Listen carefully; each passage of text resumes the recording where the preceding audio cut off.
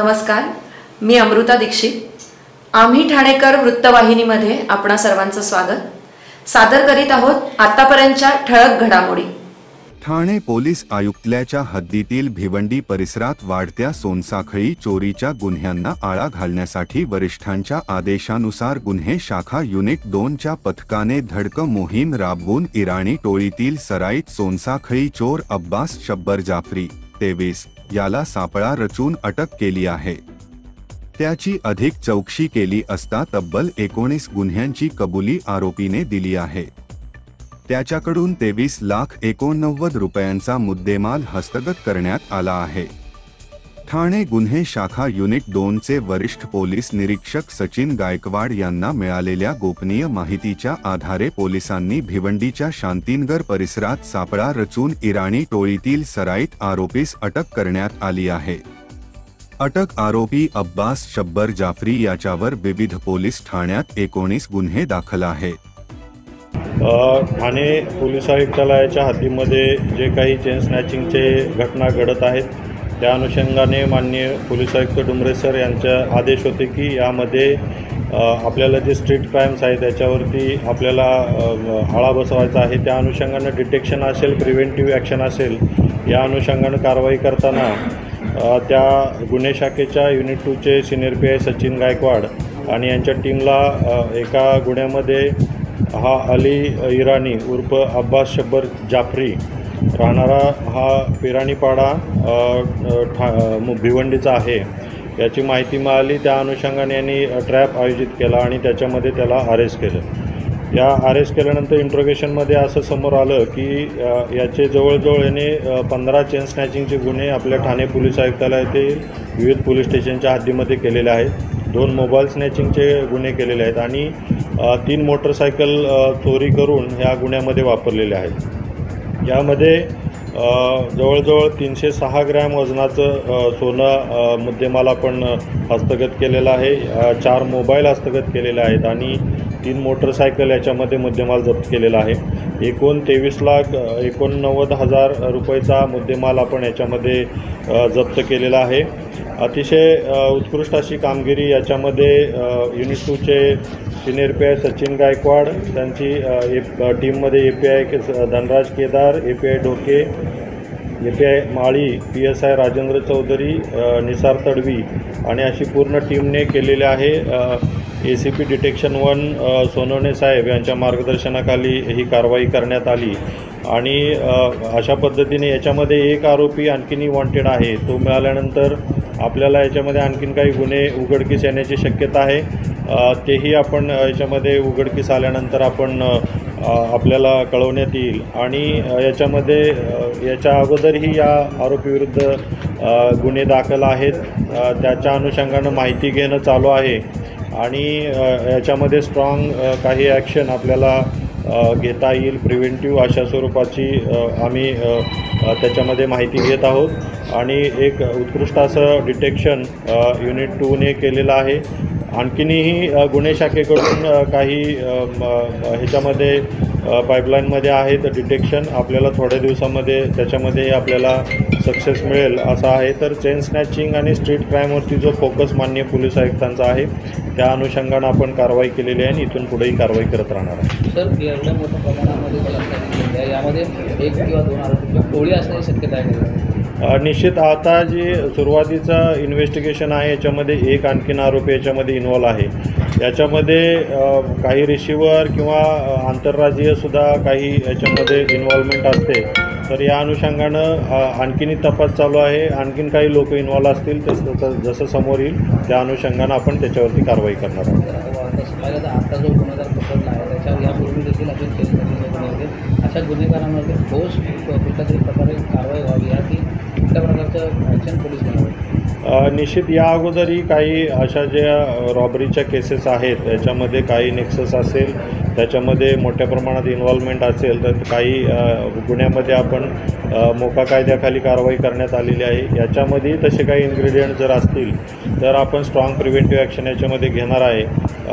निश्चित स्वरूपामध्ये अशा प्रकारे रिपीटेड जर ऑफेन्स काय करत असतील तर त्याच्यामध्ये स्ट्रॉंग कारवाई होणं अपेक्षित आहे आणि त्या अनुषंगाने आम्ही कारवाई करत आहोत।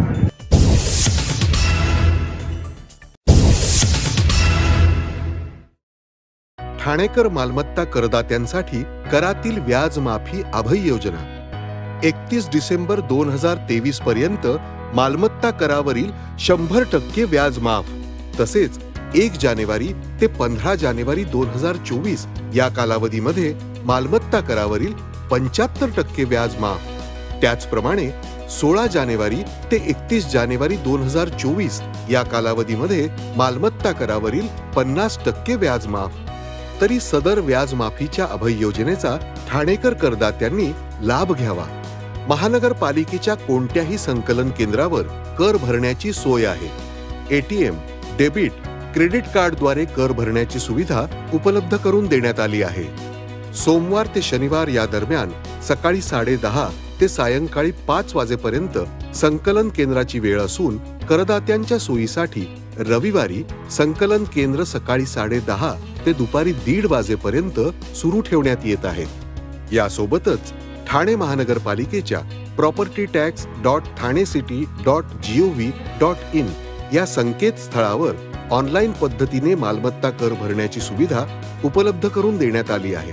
तसेच गुगल पे, फोन पे, पेटीएम आणि भीम ॲपद्वारे आपला कर सुलभतेने जमा करू शकता। ठाणे महापालिका क्षेत्रातील सर्व करदात्यांना विनंती आहे की आपण या व्याज माफी अभय योजनेचा जरूर लाभ घ्या आणि आपला मालमत्ता कर लवकरात लवकर महापालिकेमध्ये जमा करून महापालिकेस सहकार्य करा। धन्यवाद।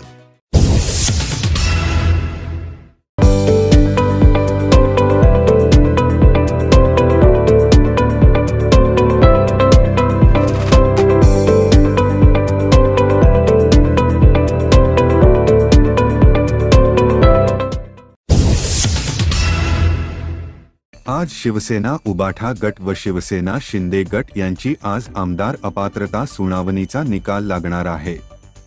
त्यामुळे शिंदे गटातील कार्यकर्त्यांचे देखील निर्णय काय लागेल याकडे लक्ष लागले आहे।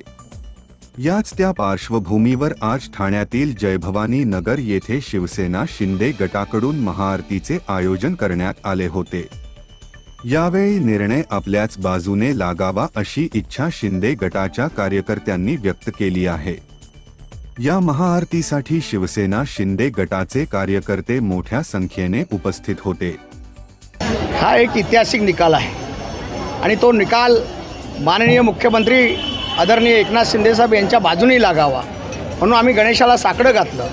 कारण एक संवेदनशील मुख्यमंत्री, जो जनतेचा मुख्यमंत्री, सर्वसामान्यांचा व्यथा जाणणारे मुख्यमंत्री या महाराष्ट्राला लाभले आहेत आणि त्या महाराष्ट्रावर आलेला हा विघ्न आहे ते दूर गणपती करणार आहे। आणि म्हणून गणपती हा विद्याचा दैवत आहे, हा बुद्धीचा दैवत आहे। त्यांनी अध्यक्षांना चांगली बुद्धी देऊ आणि हा निकाल हा शिंदे साहेबांच्या बाजूने लागावा म्हणून आम्ही या ठिकाणी आमच्या वागळेश्वरी विभागाच्या वतीने या गणपती बाप्पाला साकडे घातलेले आहे। निर्णय जो आहे तो दिल्लीमधनंच लागलेला आहे। कुठेतरी मॅच फिक्सिंग झाल्याचा आरोप जो आहे विरोधकांकडनं केला जातोय। नेमकं काय वाटतं निकालाबद्दल? विरोधक हे नियमितपणे नाचता येत नसलं का अंगण वाकडं नेहमीच असतं आणि हे नेहमीच तुम्हाला माहिती आहे तर त्यांना माहिती आहे का इथे काय होणार नाही। ज्या प्रक्रिया आहेत त्या एकदम पारदर्शक पार पडलेल्या आहेत। आपल्या बाजून निकाल लागणार आहे हे त्यांनाही माहिती आहे म्हणून ते त्या पद्धतीची भाष्य करतात। परंतु या महाराष्ट्रातील मुख्यमंत्र्यांनी जो सत्ता संघर्ष घडवला तो अतिशय नियमानुसार आहे। तो नियम कुठलाही डावलून त्यांनी केलेला नाही आहे। कारण सत्ता संघर्षामध्ये जे जे नियम पाळणं आवश्यक आहे ते नियम पाळून मुख्यमंत्री महोदयांनी शपथविधी घेतलेली आहे। मुख्यमंत्र्यांनी बंडखोरी केल्याच्या नंतर जेव्हा 2 गट पडले त्यांचा एक वेगळा गट स्थापन केला, त्यावेळेला ह्याच ठाण्याने त्यांच्या निर्णयाचं स्वागत केलं, त्यांना भरभरून समर्थन दिलं। आजच्या निर्णयाकडे कसं लक्ष लागून राहिलेलं? आजही ठाणेकर नव्हे तर संपूर्ण महाराष्ट्र या निर्णयाकडे लक्ष लागून आहे आणि असे मुख्यमंत्री या महाराष्ट्राला पाहिजेत आणि लोकांची जनसेवेची जी गुरुवर्य धर्मवीर आनंदीगे साहेबांनी विडा उचलला होता, माननीय बाळासाहेबांनी जे स्वप्न साकारलं होतं ते स्वप्नसुद्धा आज तुम्ही पाहता या देशामध्ये पूर्ण होताना दिसतंय। कारण आज राम मंदिराचा सुद्धा त्या ठिकाणी निर्माण झालेला आहे आणि त्यांची प्राणप्रतिष्ठा 22 तारखेला आहे। त्यामुळे एक मुहूर्तमेढ जी आहे या महाराष्ट्रामध्ये, महाराष्ट्राचा एक इतिहास वेगळा आहे। महाराष्ट्र ही संतांची भूमी आहे, ही स्वरांची भूमी आहे। महाराष्ट्र ही राष्ट्रीय पुरुषांची भूमी आहे. त्यामुळं या महाराष्ट्राने एक इतिहास घडवला आणि तो इतिहास पुढेपर्यंत आता चालूच राहणार आहे. थँक्यू.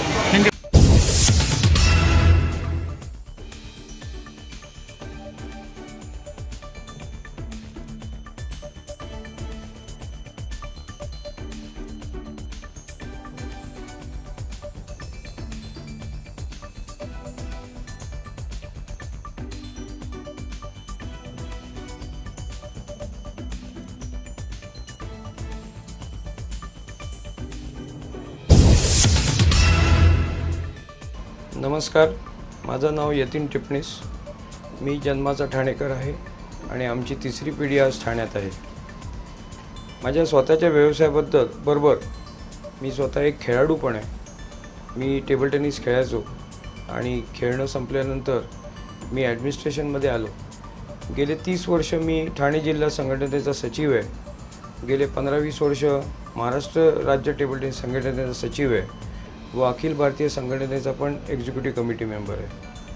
खेळाच्या निमित्ताने मी बऱ्याच शहरांमध्ये फिरलो, बऱ्याच राज्यांमध्ये फिरलो आणि काही परदेशी दौरे केले. पण मला ठाणं सोडून कुठचंही शहर कधीच रुचलं नाही. ह्याचं प्रामुख्याने कारण म्हणजे ठाण्यामध्ये असलेली माझ्या लहानपणापासून बघितलेली हिरवळ, तळी आणि शिवाय इकडची सांस्कृतिक आणि क्रीडा संस्थानं जी आहेत आणि ती प्रेरणा देणारी आहेत. आज मला फार अभिमान वाटतो आणि मी माझ्या मित्रांनाही बाहेर सांगतो की आमची महापालिका आज क्रीडाला एवढं प्रोत्साहन देते आणि सपोर्ट करते की माझ्या मते ठाणे महानगरपालिका ही एकमेव महापालिका आहे जी दरवर्षी क्रीडावरती एवढा भरघोस खर्च करते आणि होतकरू खेळाडूंना मदत करते. आज ठाणे महापौर चषक या शीर्षकाखाली विविध खेळ वर्षानुवर्ष ठाण्यामध्ये होतात आणि असेच आम्ही एक वर्षाआड अखिल भारतीय ठाणे महापौर चषक आयोजित करतो. आणि त्याचा परिणाम असा झाला की आज ठाणे शहरातच नाही पण ठाणे जिल्ह्यामध्ये टेबल टेनिस गेम हा इतका चांगला रुजलेला आहे आणि आपल्याकडे विविध जिल्हा, राज्य, राष्ट्रीय व आंतरराष्ट्रीय स्तरावरती खेळाडू निर्माण झालेले आहेत.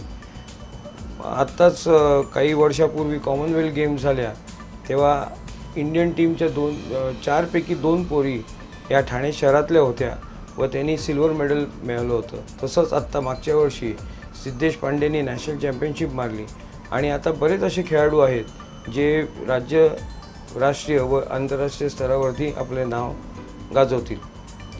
आणि आता सध्या ठाण्यातले रस्ते पण चांगले होत आहेत, विविध सुविधा उपलब्ध आहेत आणि माझ्या मते आज मुंबईपेक्षाही चांगलं शहर हे ठाणे शहर आहे.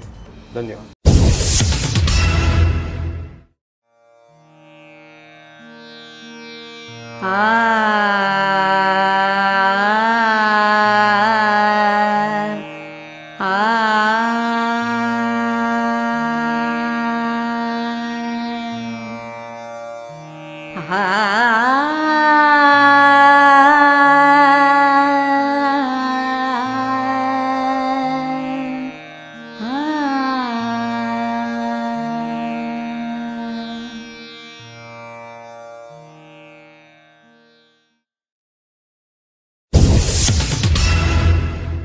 आम्ही ठाणेकर.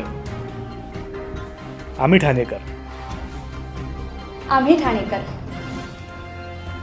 आम्ही ठाणेकर. होय, ठाण्यात आम्हाला अभिमान आहे आणि होय आम्ही ठाणेकर.